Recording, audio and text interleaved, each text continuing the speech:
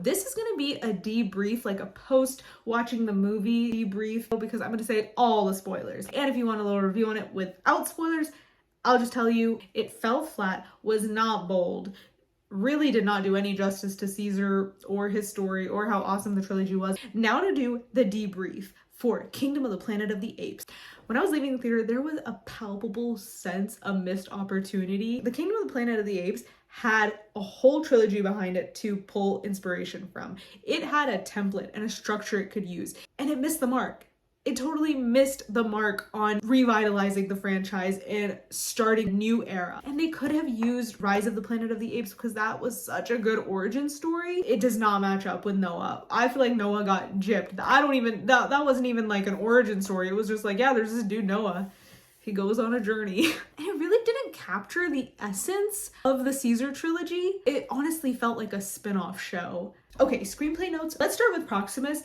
What a wonderful day! He was the villain of the story, and he was introduced an hour and like 20 minutes into the film. Can I get a fact check? Because I'm not sure, but it was an hour and something. The villain that was introduced very early was Silva, which was the gorilla who like raids Noah's village. And I thought, okay, yeah, this guy is the actual villain. Throughout the movie, I felt some kind of connection with him because we saw scene after scene of him being brutal. So that character had so much time to develop, and Proximus did not have any time. So it kind of felt like such a waste of a character. Like Proximus could have been a way better character. He could have been a way better villain. He had an interesting vibe about him. It was giving like Elon Musk villain that was just like really greedy and kind of like a spoiled brat. Like that was the vibe I was getting from it. He also just felt like he was very loud and like, I want the vault. Like that's what he seemed like to me. So I didn't take him seriously. I honestly felt like he was kind of goofy and like, you know, just a goofy loud fool. But there was potential for him to be a better villain. I don't know. I felt like he was not complex at all. And I didn't like that. Also, what did he want? Because it started off with like, he wants to get into this vault. He didn't even know what was in it, but he wants the vault. And he wants to say, that's my vault. And then he wants Noah to kneel. Okay, what does it matter if Noah kneels? It's like literally such a random character to you. You're supposed to be the king.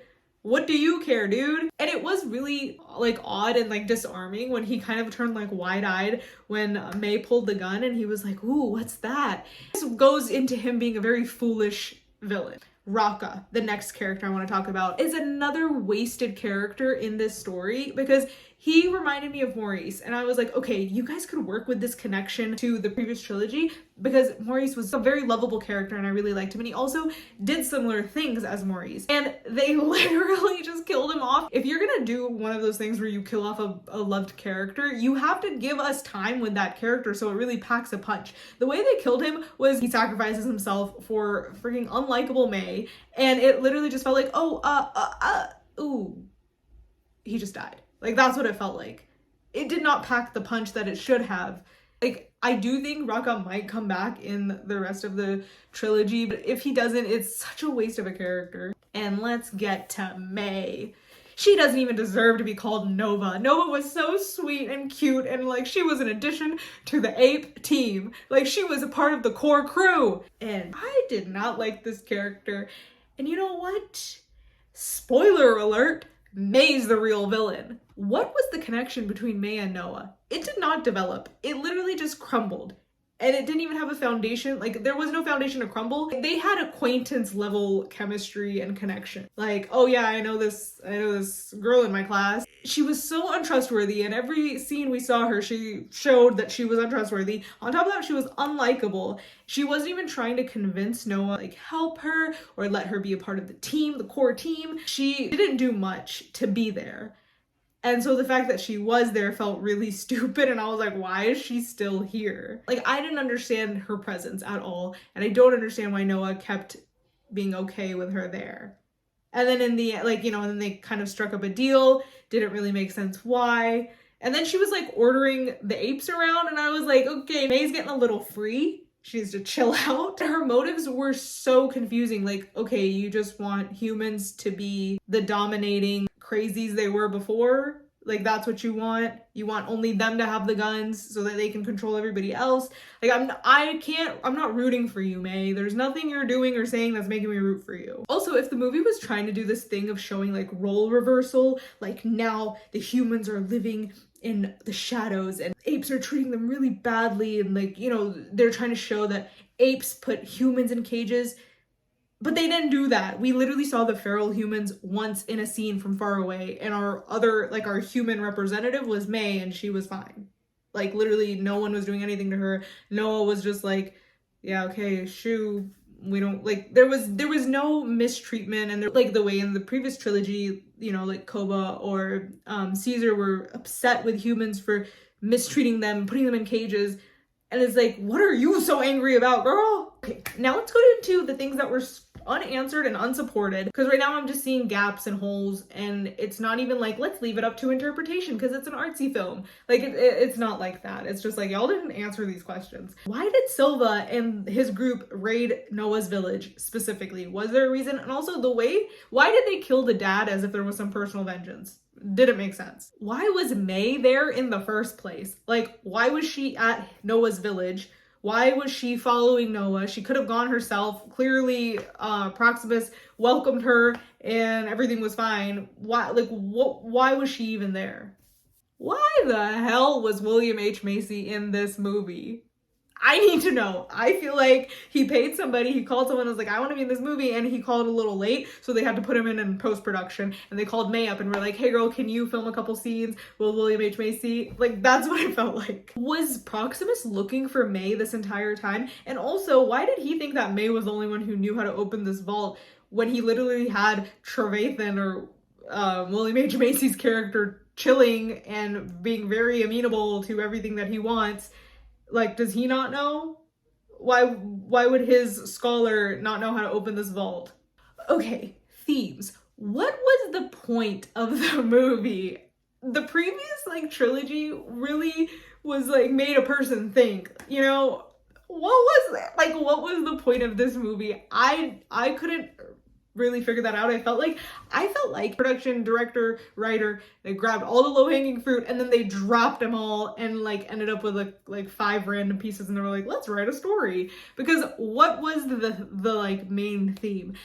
Because I looked it up and I did see, okay, it said inhumanity. I didn't see anything that was like inhumane more than the previous films. Like, it was, and if they're trying to say that the apes were inhumane to humans, I don't think so. The feral humans were totally left alone. I didn't see anyone, like, we saw them from afar. Noah's tribe didn't even give a crap about humans.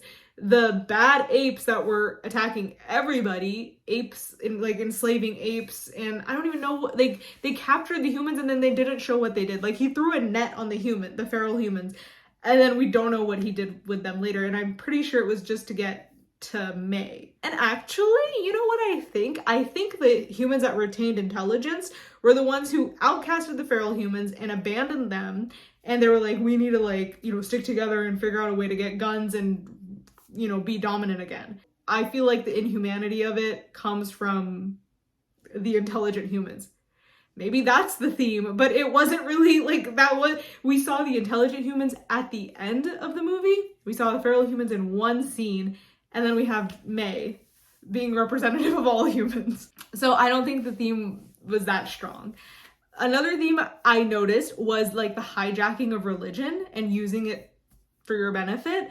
That was interesting, but it was not, like, the point was not driven home. You know, like, they just showed it. Are we thankful for the words of Caesar? We are thankful. It reminded me of how people will, like, commit crimes in the name of religion and, like, totally hijack a religion and pretend that this is what the religion's saying. So if that was the case, that's a solid theme, but it wasn't very solid in the movie. Like, that should have been the theme of the whole movie, you know? Like, focus, people, let's focus. So yeah, those were the 2 themes I noticed, and they weren't even that strong in the movie. Ooh, okay, let's get into my predictions. I am predicting that Raka is totally coming back. He's the Maurice character. I have a feeling he's gonna come back. Whitewater rafting rescue pose will get him through. The apes know what guns are now. Something to do with space, because there was like the telescope, Noah looking up, space, apes, something's going on. I feel like space is gonna be a thing. And then May takes her place as the real villain. Okay, also, just to circle back on the thing of May being the villain, what was the point of her ending the movie with coming to Noah's village with a gun behind her back and telling him that humans used to be in charge and they need to be in charge, and I don't know if humans and apes can coexist. Like, is this a threat? And also, this is my frustration with the direction of the film. Like, the director directing the actors, that needs to be way more menacing. Like, it needs to sound like a threat, so we can be like, damn, May's the villain and it's gonna be a thing in the next 2 movies. But it was just like confusing. Like, okay, May, why'd you come here just to rile up Noah? What is the point? But it would have been really cool if she was like, I'm here to threaten you, you're blah blah blah, something like that. If that was the vibe at the end, okay, I might have left with a better feeling. But it was just, I left with the like, girl, why are you here? You came all the way to his village to say that humans deserve a second chance, and vaguely say, I don't know if humans and apes can exist. I didn't get the point of that.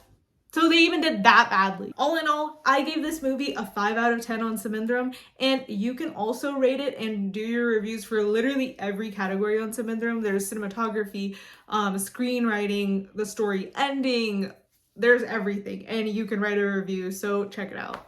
Totally unrelated, but look at this bird I saw on the way home. I was just driving home and I saw it like fly up to the peak of a house, and it like put its wings out, and then it like looked around with its wings out, and it was there for a bit, but it was kind of funny because it looked like it was stalking something and I was behind it stalking it, so it was kind of funny.